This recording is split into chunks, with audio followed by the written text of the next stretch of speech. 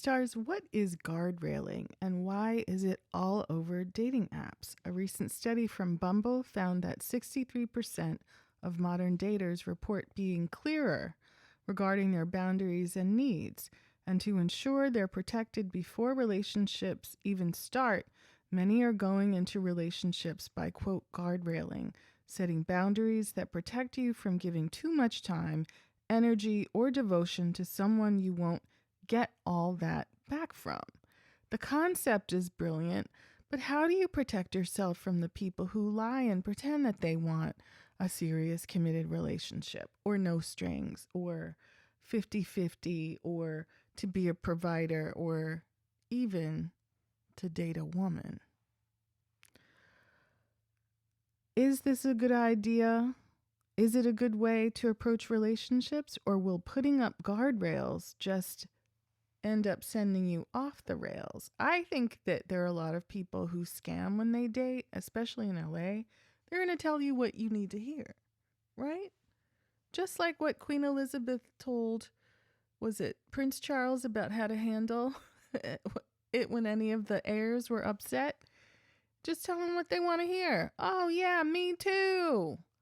I definitely don't want to kiss or get busy in the first 3 months. Oh, me too. Oh, I definitely, don't like pets. Oh, me too, etc. Right? Anyone can pretend, especially for the short term. But what are boundaries? To know what guardrailing is, we have to define the word boundaries, which is an integral part of the process.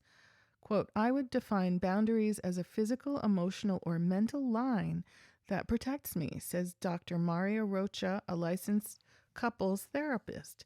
To quote Dr. Cloud and Dr. Townsend, a boundary shows me where I end and someone else begins. Unquote. While setting boundaries in a relationship off the bat can be helpful, Dr. Rocha says, one needs self-awareness and an understanding of the difference between healthy and unhealthy boundaries. Yes, boundaries that are too rigid or particular might protect the boundary setter, but they can also be leveraged as an excuse to justify selfish behavior, cheating, or keep an unnatural emotional distance. Quote, I have a well-respected colleague who once said there is a difference between a boundary and a barrier, he adds. Sometimes we can think we have strong boundaries when in fact we have barriers. Having healthy boundaries does not automatically mean we exit the relationship because we are unhappy. Dr. Rocha says the biggest problem I see is not knowing when or how to set a boundary, which includes strong communication skills, self-awareness, saying no, saying yes, conflict management, and dealing with our own baggage. Do good boundaries lead to healthy guardrailing? To Dr. Rocha, guardrailing sounds like it aspires to describe healthy boundaries, and the phenomenon has some good points. Quote, I agree that we need to have clear boundaries, communicate our boundaries, and allow each person to feel safe in the relationship, he says. But we do run the risk of oversimplifying or misinterpreting what it means to have boundaries.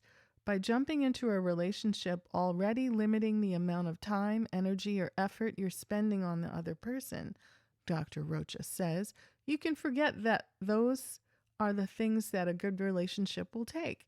And while you don't have to be obsessive or put yourself out for someone you don't know too well, you shouldn't be putting guardrails on a relationship before knowing more. Quote, being in a relationship also means learning how to handle and overcome conflict, Dr. Rocha says. A problem that I see sometimes in therapy is that someone with strong, rigid boundaries can push people away, or they can be very confrontational when they feel threatened in any way. This can be harmful to relationship building because people can perceive a normal relationship conflict as a threat.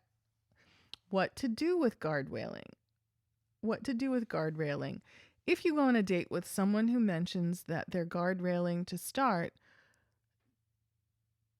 or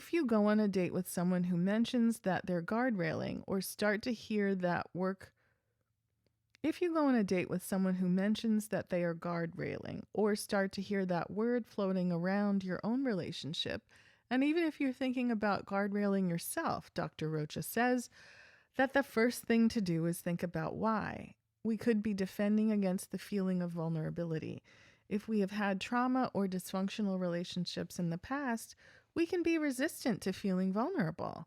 If one wants to have a healthy relationship, Dr. Rocha adds, whether you're guardrailing or not, it's vital to take the time to have meaningful conversations that ensure everyone is on the same page.